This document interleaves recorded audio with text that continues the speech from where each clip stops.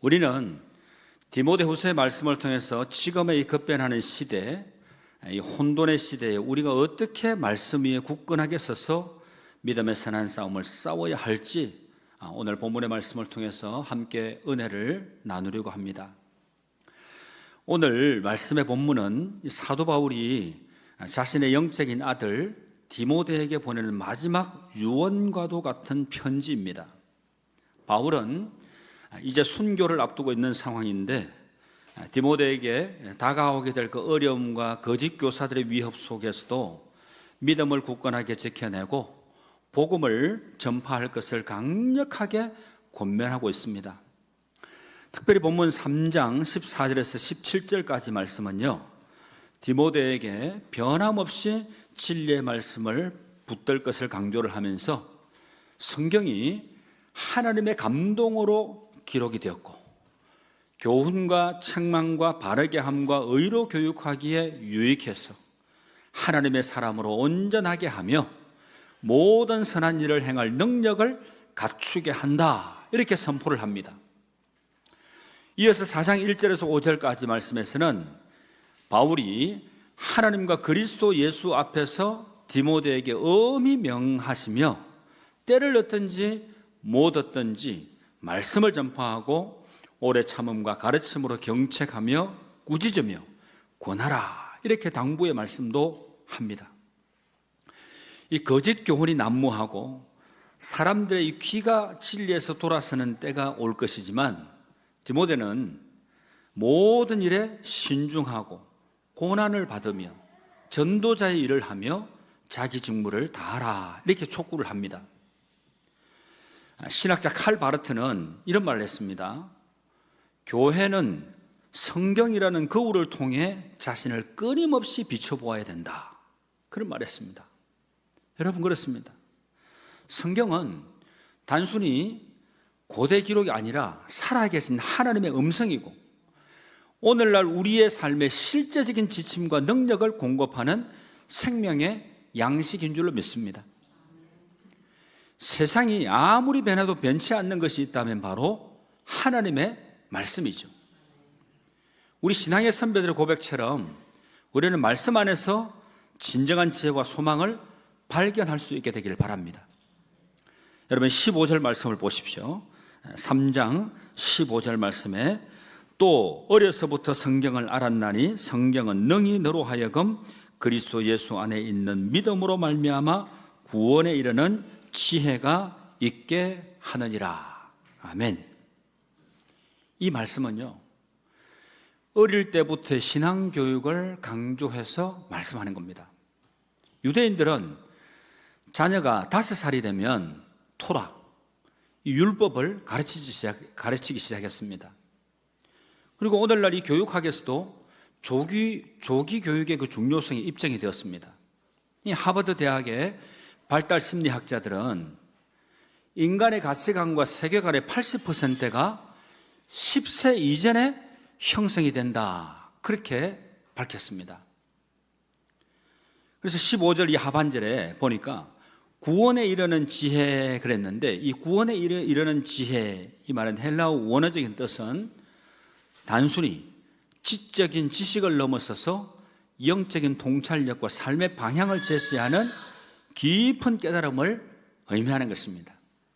너무 기쁩니다. 미국에서 들어왔습니다.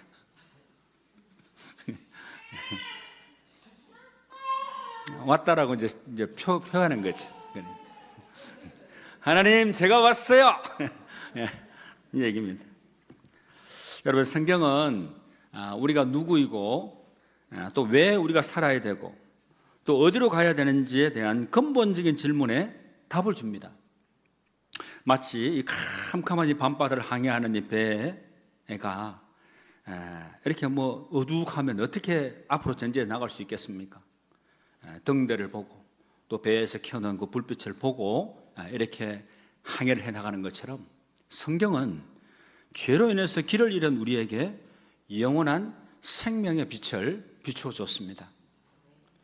이스라엘의 역사학자 유발 하라리 이게 사피엔스라는 책이 있습니다. 혹시 책 좋아하시는 분들이 이거 아마 읽어보셨을 수도 있습니다.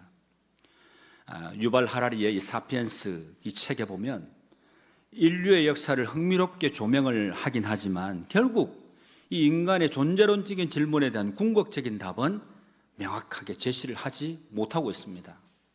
그러나 성경은 이 창조주 하나님의 존재와 인간의 타락 그리고 구원자 예수 그리스도를 통한 회복의 메시지를 분명하게 선포합니다. 우리는 바로 이 성경을 통해서 예수 그리스도가 우리의 유일한 구원자이심을 깨닫고 그를 믿음으로 영원한 생명을 얻게 되는 것입니다. 여러분, 우리는 이 땅에서 삶에 미래를 두거나 이 땅에서 삶이 모든 것을 내 삶을 좌지우지한다라고 착각 속에 살아갈 때가 너무나 많이 있습니다. 내가 많은 것을 모아놓고 내가 큰 것을 형성해 놓았다고 해서 그게 내 삶을 어떻게 큰 물꼬를 튀고 방향을 잡아줄 수 있다고 생각하지만 그것은 착각입니다. 여러분, 우리가 하나님의 말씀을 통해서 우리가 어떻게 배우고 그 확신한 말씀 위에 굳게 설 수 있을까요? 첫째는 매일 규칙적으로 말씀을 읽고 묵상하는 습관을 가져야 됩니다. 그리고 두 번째는 배운 말씀을 삶에서 실천해야 되는 겁니다. 그래서 기독교 교육에 중요한 이 프레임이 있는데 그것은 지정의입니다. 그러니까 알지자. 그리고 정은 바로 이 정서, 가슴 얘기하지 않습니까? 가슴으로 느끼고 의는 의지, 실천하는 거죠. 행함에 있어야 되는 거죠. 그러니까 지정의가 동반되게 될 때에 우리 기독교 신앙, 우리 믿음의 삶을 제대로 살았다, 온전한 신앙생활을 한다라고 얘기를 할 수 있게 되는 것입니다. 그리고 세 번째는요, 제가 몇 번 반복해서 말씀을 드린 기억이 나는데 다음 세대에게 신앙을 전수하는 것, 신앙이 개성되는 것, 그들이 신앙을 갖는 것으로 그치는 게 아니라 내 신앙을 볼 수 있는 거예요. 내 신앙의 현주소를 평가할 수 있는 겁니다. 내가 가졌던 신앙이 내 자녀에게, 우리의 다음 세대에게 내가 가졌던 그 신앙이 개성이 된다 그러면 내 신앙은 이제 완성이 되었다라고 보셔도 괜찮습니다. 그런데 조금 근시안적으로 생각하시는 분들이 계신 것 같아요. 나만 잘하면 되지, 내 믿음 생활 오르면 되지, 자기만 생각하고 하는 사람들이 있습니다. 근데 그 사람은 자신 있게 그렇게 평가할 수 없을 겁니다. 하나님 앞에 섰을 때 하나님이 어떻게 절대적인 평가를 해주시냐, 그게 중요한 거죠. 그래서 내 자신 스스로 내가 평가할 때 내만큼만 산다 그러면 나는 믿음 생활 잘하는 거지, 자기가 평가를 내리게 되면 그것은 정확한 평가가 못 될 수도 있다는 겁니다. 그런데 이 땅에서도 내 신앙생활을 어느 정도 평가할 수 있는 그 길이 있습니다. 내 자녀에게 내가 가진 신앙보다 더 훌륭한 믿음의 자녀로 세워졌다 그러면 우리 교회 학교 다음 세대가 신앙생활하는 것을 보게 되니까 너무너무 기특하고 너무 예쁘게 신앙생활을 잘하는 거예요. 그러면 우리의 신앙이 저들에게 전수가 되어서 개성이 되어서 저렇게 신앙생활을 하게 되는구나, 열매를 보게 될 때 그래도 이렇게 평가를 할 수 있는 거죠. 그래서 내가 잘못되지는 않았겠구나 하는 생각을 할 수 있게 될 것입니다. 여러분, 그러니까 우리의 신앙의 완성은 우리 다음 세대에 그들에게 신앙이 개성이 되는 것을 보았을 때 내 신앙이 완성이 되었다라고 생각하실 수 있어야 됩니다. 우리가 받은 신앙을 자녀와 우리 다음 세대에게 물려주는 것이 바로 우리의 사명입니다. 말씀 위에 굳게 선다는 것은 흔들리지 않는 확신을 갖는다는 의미입니다. 그러니까 세상은 끊임없이 우리를 흔들려고 하죠. 사상, 이념들, 상대주의, 보십시오. 상대주의는 절대적인 진리는 없다 이렇게 주장을 합니다. 그리고 물질주의는 어떻습니까? 성공과 부가 최고의 가치다라고 그렇게 주장을 하면서 많은 사람들을 유혹을 합니다. 그리고 쾌락주의는 지금 즐기는 것이 제일 중요하다, 내가 지금 즐기고 있다면 그게 곧 내 행복이다, 이렇게 부추기는 거죠.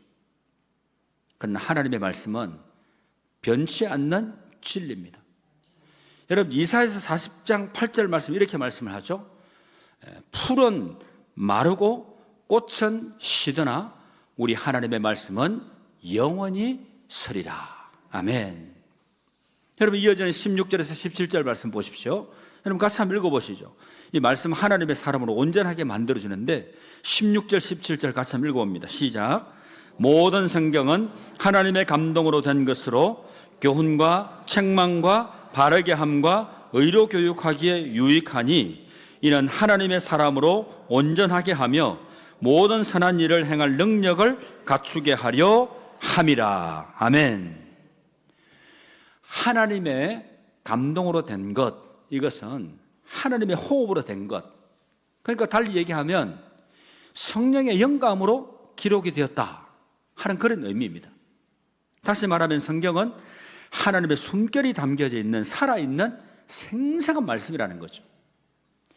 그렇기 때문에 성경은 우리의 삶을 교훈하고, 성경은 우리의 잘못된 것을 책망하고, 성경은 우리를 바른 길로 인도하고, 성경은 의롭게 살도록 우리를 교육해주고 우리를 온전한 하나님의 사람으로 만들어 주는 것입니다. 성경은 우리 신앙과 삶의 견고한 기초가 되는 거죠. 미국의 이 심리학자 스카펙은 그의 책 아직도 가야 할 길이라는 이 책에서 진정한 성장을 위해서는 끊임없이 자신을 돌아보고 고통스러운 진실과 직면해야 된다, 그렇게 말을 했습니다. 여러분 히브리서 4장 12절 말씀은 또 이렇게 말씀을 합니다. 같이 한번 읽어보시죠. 하나님의 말씀은 살아있고 활력이 있어 좌우의 날선 어떤 검보다도 예리하여. 그 여전 뒤에는 뭐 우리의 심령골수를 찔러 쪼개기까지 한다, 이렇게 표현이 되어 있죠. 여러분 성경은 때로 우리의 죄를 지적하고 책망하고 우리를 불편하게 만들지만 그것은 우리를 넘어뜨리기 위함이 결코 아니라는 겁니다. 죄에서 돌이켜 하나님 앞에서 온전한 사람으로 세우기 위함이라는 겁니다. 작년 2024년 리서치 앤 리서치 조사에 따르면 매일 성경을 읽는 크리스찬은 그렇지 않은 크리스찬에 비해서 우울증의 발병률이 52%나 더 낮았고, 결혼에 대한 만족도가 73%나 높았고, 자원봉사 참여율이 3배 이상 높게 나왔다 그럽니다. 여러분 이것은 성경이 단순한 종교서적이 아니라 삶을 변화시키는 실제적인 능력이 있다는 것을 보여주는 그런 예 아니겠습니까? 성경은 우리가 모든 선한 일을 행할 능력을 갖추게 하고 이 땅에서 하나님의 뜻을 이루는 도구로 살아가게 합니다. 이것은 우리가 세상에서 어떤 직업을 가지든 어떤 상황에 처하든 하나님 앞에서 의롭고 선하게 살아갈 수 있는 힘을 공급해 주는 겁니다. 그러므로 우리가 말씀에 순종할 때 우리의 삶은 하나님의 영광을 나타내는 아름다운 예술 작품처럼 변화될 줄로 믿습니다. 여러분 성경이 우리를 온전하게 한다는 것은 또 무엇을 의미할까요? 첫째는 지적으로 온전하게 한다는 의미입니다. 성경은 이 세상과 인생에 대한 올바른 가치관을 제공합니다. 그리고 두 번째는 도덕적으로 윤리적으로 우리를 온전하게 합니다. 성경은 선과 악의 기준을 명확하게 제시를 하죠. 그리고 세 번째는 영적으로 온전하게 해줍니다. 성경은 하나님과의 관계를 회복시키고 그 관계를 더 깊게 만들어줍니다. 그리고 네 번째는 관계적으로 온전하게 해줍니다. 이 성경은 이웃 사랑의 원리를 가르쳐 주죠. 그러니까 이웃을 보게 되면 하나님의 사랑이 전해지게 되고 그 영혼을 통해 생명의 열매가 맺혀지기를 원하는 그런 귀한 마음들이 일어난다 그러면 이웃과의 관계가 제대로 형성되어 있는 거죠. 하나님이 기뻐하시는 열매는 무슨 사과나 배나 감이나 귤이나 무나 배추나 이런 수확물이 아니라 하나님 앞에 드려진 생명의 열매, 구원의 역사를 보는 그 생명의 열매를 받으실 때 하나님께서는 가장 기뻐하시는 겁니다. 왜 그럴까요?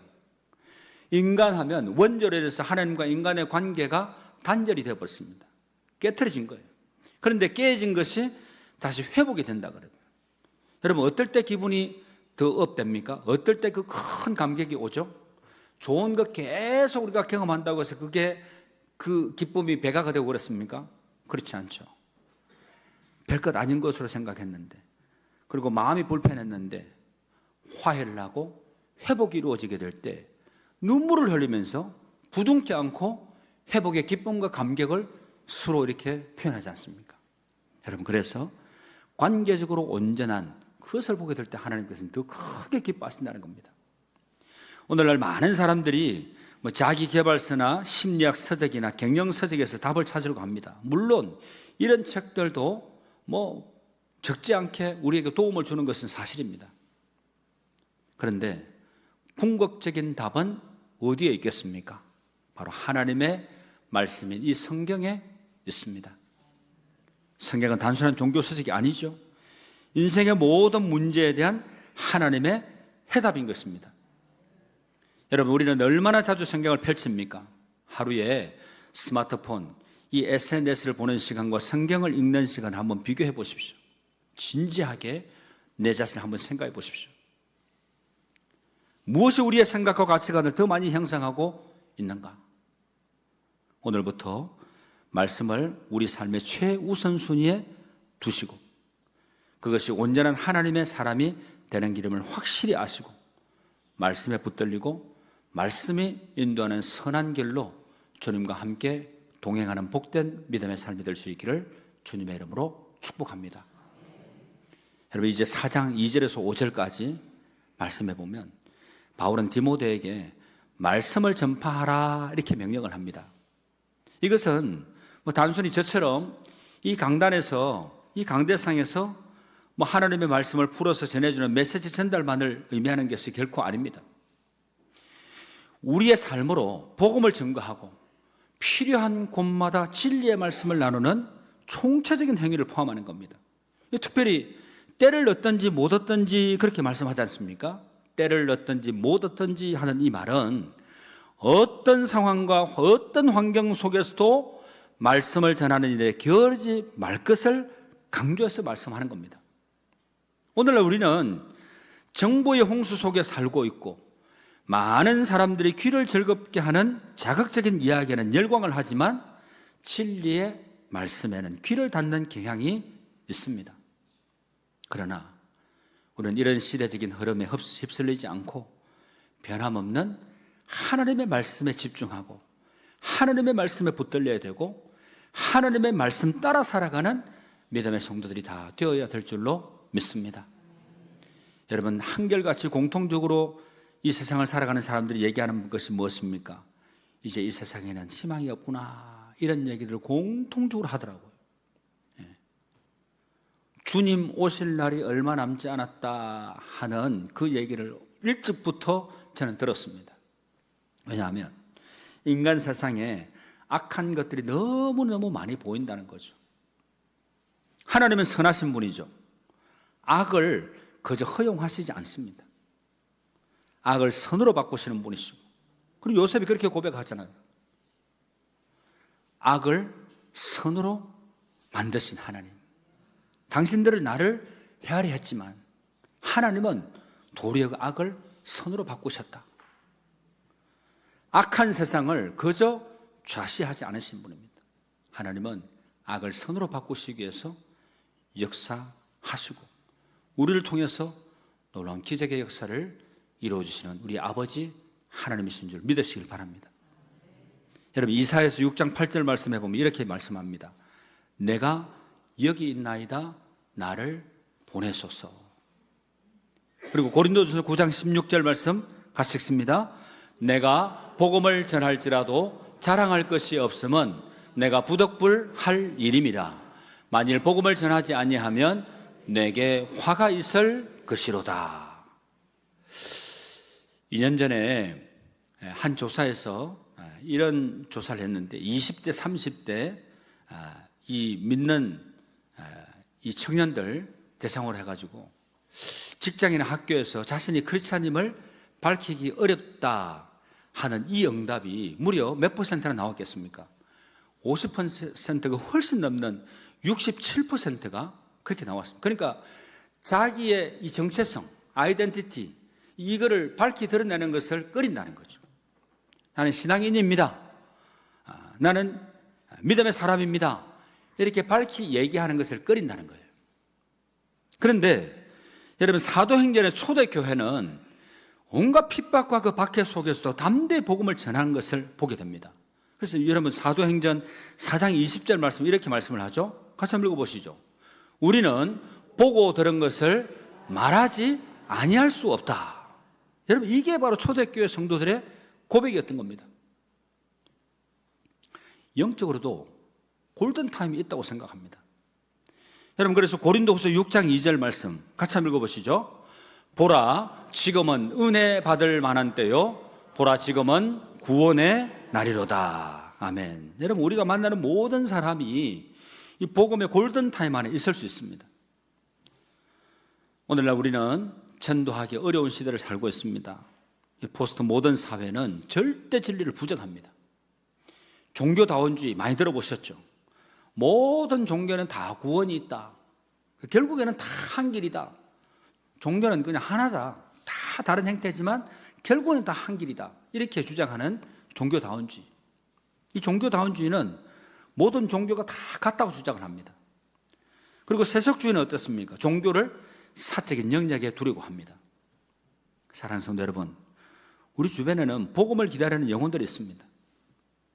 때를 얻든지 못 얻든지 이것이 우리의 사명인 것입니다. 편안할 때만이 아니라 불편할 때도, 환영할 때만이 아니라 거부당할 때도, 성공할 때만이 아니라 실패할 때도 우리는 복음을 전해야 되는 것입니다. 여러분, 간간히 우리 새 가족들이 등록을 하잖아요. 여러분, 그냥 무심결에 어쩌다가 그냥 그들이 그냥 길 가다가 들어와서 우리 예배를 드리고 등록하시는지 압니까? 한 영혼, 한 예배자가 하나님 앞에 예배를 통해서 영광 돌리는 그 예배자가 세워지기 위해서는 하나님이 이미 예배해 두셨고, 그리고 그 영혼이 예배자로 세워지게 하기 위해서 매일같이 전도하고, 여러분, 우리 교회 주보를 하는데 주보가 없어지는 거예요. 그래서 저는 어떻게 해서 주보가 없어지나 생각을 해보니까 주일날 항상 빌라나 어디나 동네 가서 주보를 계속 나눠서 꼽는 분이 계세요. 그런 분이 계시다니까요. 그리고 양서체육공원에 운동을 하러 가는데 운동만 하고 오는 게 아니에요. 운동을 하다가 옆에 누가 있으면, 대화할 수 있는 상대가 있으면 거기서 본인이 하려고도 하지 않는데 성령이 그렇게 시키신대요. 우리 새가족 등록하신 분 중에 한 분이에요. 그분이. 성령이 내 입을 열게 하셔서 그에게 복음을 전하게 한다는 거예요. 여러분, 놀랍지 않으세요? 여러분, 항상 우리가 성령 충만하게 해서 기도를 하는데 성령 충만의 역사는 놀랍습니다. 기이한 거예요. 그리고 우리가 정말 살아계신 하나님을 간증하고 고백할 수 있는 그런 놀라운 일들이 일어날 수 있는 그 전제 요건이 뭐냐면 성령 충만한 거예요. 엘리야 시대에 이 바알 선지자들의 대결은 말씀의 능력을 극적으로 보여주는 좋은 예인데요. 갈멜산에서 이 엘리야는 수많은 바알 선지자들과 아세라 선지자들 앞에서 홀로 살아계신 하나님을 대변합니다. 바알 선지자들은 아침부터 저녁까지 이 자신들의 그 신의 이름을 부르면서 소리를 지르고 몸에 상처를 내고 그랬지만 아무런 응답도 없었습니다. 그런데 엘리야가 하나님의 이름을 부르면서 야훼 하나님의 이름을 부르면서 기도를 하게 되자 하늘에서 불이 내려왔어. 여러분, 불은 뭘 얘기하죠? 성령, 성령이에요. 불이 내려와서 번제물과 나무와 돌과 흙을 태우고 도락에 물까지 다 핥았습니다. 성령의 역사가 일어나게 된 거죠. 여러분, 우리 주사랑교회가 성령으로 뭡니까? 표가 성령으로 말씀이 삶이 되는 교회. 여러분, 말씀을 살아내고 싶으시죠? 말씀의 능력을 경험하며 체험하며 우리 능력 있는 삶을 살고 싶으시죠? 그럼 앞에 붙은 게 뭡니까? 성령으로, 성령의 능력으로, 성령의 힘입어 이 모든 것이 가능케 된다는 것을 확실히 여러분 아시고 성령 충만하시길 바랍니다. 그 삶이 가장 복된 인생인 줄로 믿습니다. 이제 말씀을 맺겠습니다. 사랑하는 성도 여러분, 오늘 우리는 사도 바울의 강력한 명령을 들었습니다. 너는 배우고 확신한 일에 거하라. 세상은 끊임없이 우리를 유혹하고 흔들지만 예수 그리스도는 어제나 오늘이나 영원토록 동일하십니다. 하나님의 말씀은 변함없는 진리이고 우리 삶의 유일한 희망입니다. 마태복음 24장 35절 말씀 같이 한번 읽어보시죠. 시작. 예수께서 천지는 없어질지언정 내 말은 없어지지 아니하리라, 이렇게 말씀하셨습니다. 이 진리의 말씀 위에 우리의 삶을 세울 때 우리는 어떤 폭풍과 같은 이런 상황 속에서도 흔들리지 않는 굳건한 믿음의 용사들로 견고하게 세워지게 될 줄로 믿습니다.